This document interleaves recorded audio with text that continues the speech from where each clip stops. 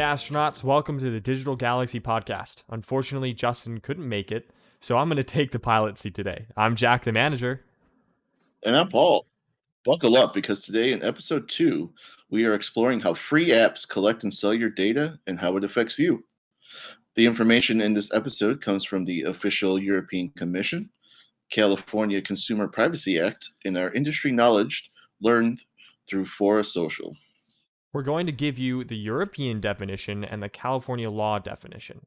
The official European Commission states, quote, personal data is any information that relates to an identified or identifiable living individual.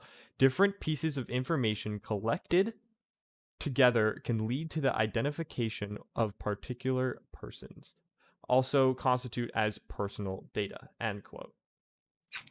So some examples of personal data are someone's first and last name, home address, driver's license number, phone number, and all sorts of other information. But some examples of data that are not categorized as personal data are company registration number, email address, or any anonymized data. According to the CCPA, or the California Consumer Privacy Act, personal information is any information that identifies, relates to, describes, is capable of being associated with, or could reasonably be linked directly or indirectly with a particular consumer or household. So, I mean, this is crazy. When you think about it, whenever you sign up, for example, to Facebook, right, you put in your name, you put in your email address, but it also asks you about what high school you went to, what college did you go to, what are your hobbies. All of this is being collected and sold to advertisers, and we'll talk about the benefits and possibly the cons to those as well. Mm-hmm. Yeah, and there's no really way to sign up for those apps without giving some of that information too, Yeah.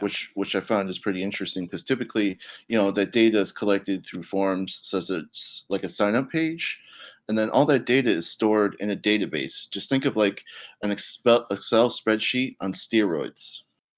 That must be one massive spreadsheet, especially with billions of users. So, Paul, how does my data get sold? Your data gets used to place ads. For example, we have social media platform A that you just signed up for. Your data is stored in their database. Company Z comes along and wants to place an advertisement to your demographic. Company Z pays social media platform A for that ad slot. Social media platform A then uses your data to place that paid advertisement in front of you. Typically, your data is then demographically aggregated and shown as results to the purchaser. This process is how many free services make their money. This isn't a new concept either, though. Radio stations has been doing this for years, typically with locally placed ads targeted towards a specific audience they may listen to the channel. Those results from advertisements then allow companies to gauge whether their ad was successful through measures like conversion rates. A conversion rate is a rate in which that displayed ad converts into a click to a website or product page. So, for example, 2 days ago or a couple days ago, whenever you clicked on that Instagram ad, you took part in a conversion rate for the company. Do you ever feel like when you search for some product on Google, then you see ads for that product on Instagram Yes, it's seconds creepy. later? Sometimes, yeah, it is. This entire process can positively impact you, though, and here's how. When looking for products to buy, this data to ad system allows companies to competitively bid for our purchases. This allows you to find the most cost efficient products.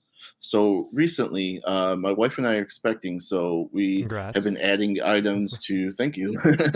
We've been adding items to our, Target registry or Amazon.com registry. Even just using the Target app to add those things, I see some results pop up later on my social media feed. So on my Instagram feed, my Facebook feed for ads for diapers, cribs, carriers, all that stuff, and it's yeah, like you said, creepy for sure. But it's interesting how quickly that information is kind of divvied out, if you will. Yeah. And as great as that sounds, there's also the negative side to that. Since your data is being collected and stored digitally, It also allows individuals that have possible malicious intent to grab hold of that data. While difficult, from time to time, that happens. For example, within my lifetime, it's happened to Target, PayPal, and some other services multiple times. So, another thing is on most platforms, if you don't want this to happen, you just don't use the platform. So there's no way to opt out of these ads. And so Mhm. for some that may feel uncomfortable, they're kind of stuck in a weird situation. They absolutely are.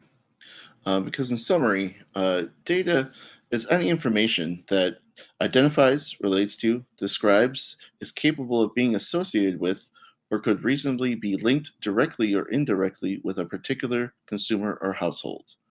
That data is collected, stored, then sold by free services to place advertisements in front of their users.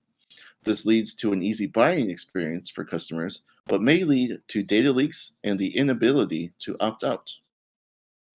Don't forget to follow our channels on YouTube, Spotify, Google Podcasts, and iTunes. You can also find this episode in written form on our website, forasocial.com/digital galaxy podcast.